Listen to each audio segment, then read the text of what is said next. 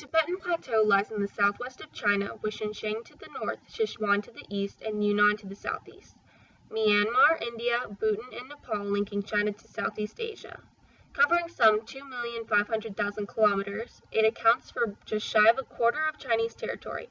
The high mountains along the Himalayas and the Tibetan Plateau itself, around 4,500 meters above sea level, provide a natural buffer for the Chinese heartland, protecting the Han Chinese, forming natural barriers and strategic depth.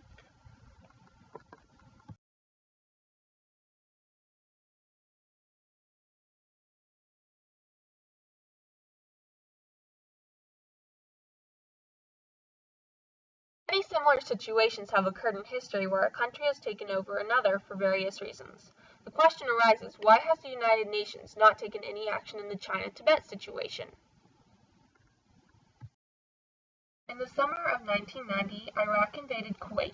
This, however, did not result in Kuwait's loss of sovereignty due to the United States-led worldwide coalition, which promptly mobilized to expel the invading forces.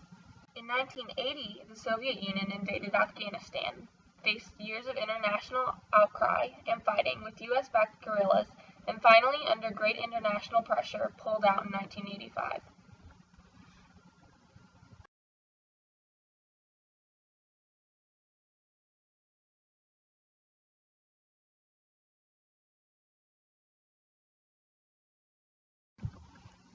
The occupation of Tibet brought Chinese forces eye to eye with India for the first time in history. It also made Himalayan states of Nepal and Bhutan highly vulnerable. On the Eastern Front, a vulnerable Myanmar has emerged as an ally of China, offering Chinese troops as a direct access to the Indian Ocean.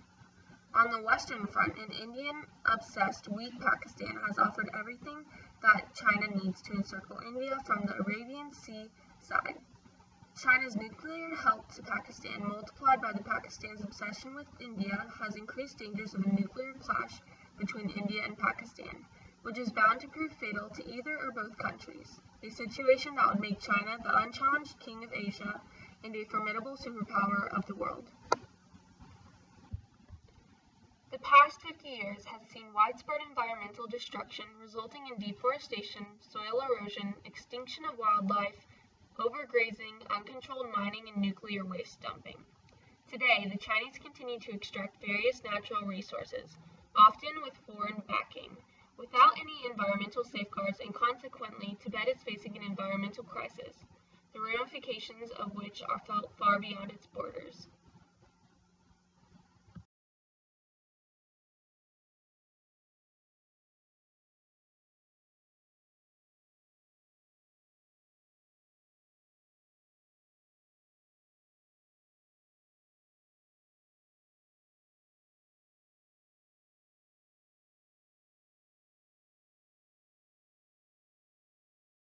China's policy of occupation and oppression has resulted in no more or less than the destruction of Tibet's national independence, culture and religion, environment, and the universal human rights of the continued population transfer of Chinese to Tibet in recent years has seen the Tibetans become a minority in their own land.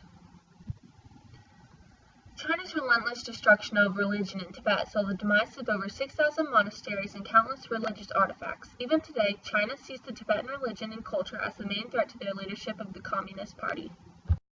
Forced to denounce His Holiness, the Dalai Lama and the Panchen Lama recognized by him, Tibetans must pledge their allegiance to the Chinese government.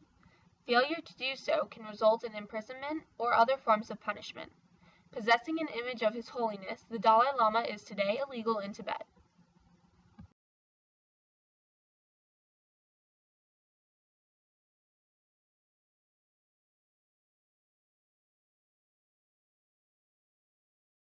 The question is, who are the primary beneficiaries? For example, it is reported by NGOs that 70% of private sector jobs, businesses, hotels, restaurants, even taxis are owned or run by Chinese in Tibet. More than 50% of Communist Party cadre, government officials from drivers, postmen to the top leadership are Chinese. Around 40% of Tibetans with high school or college degrees are unemployed. That is why there are bound to be protests, and that is why there are bound to be resistance from the Tibetan side. Is it going to be more difficult for you to have conversations with a government that's been pretty constant with its policy on Tibet? It has not changed its mind. Clearly, yes, with the growing economy and military might, China has more power. But no matter how much you repress, it has not worked. But also, China will gain something if they solve the issue of Tibet. They have money power and military power, as you said, but no moral power. China will not be respected if they continue to repress Tibetan people. If they want respect, they have to earn it.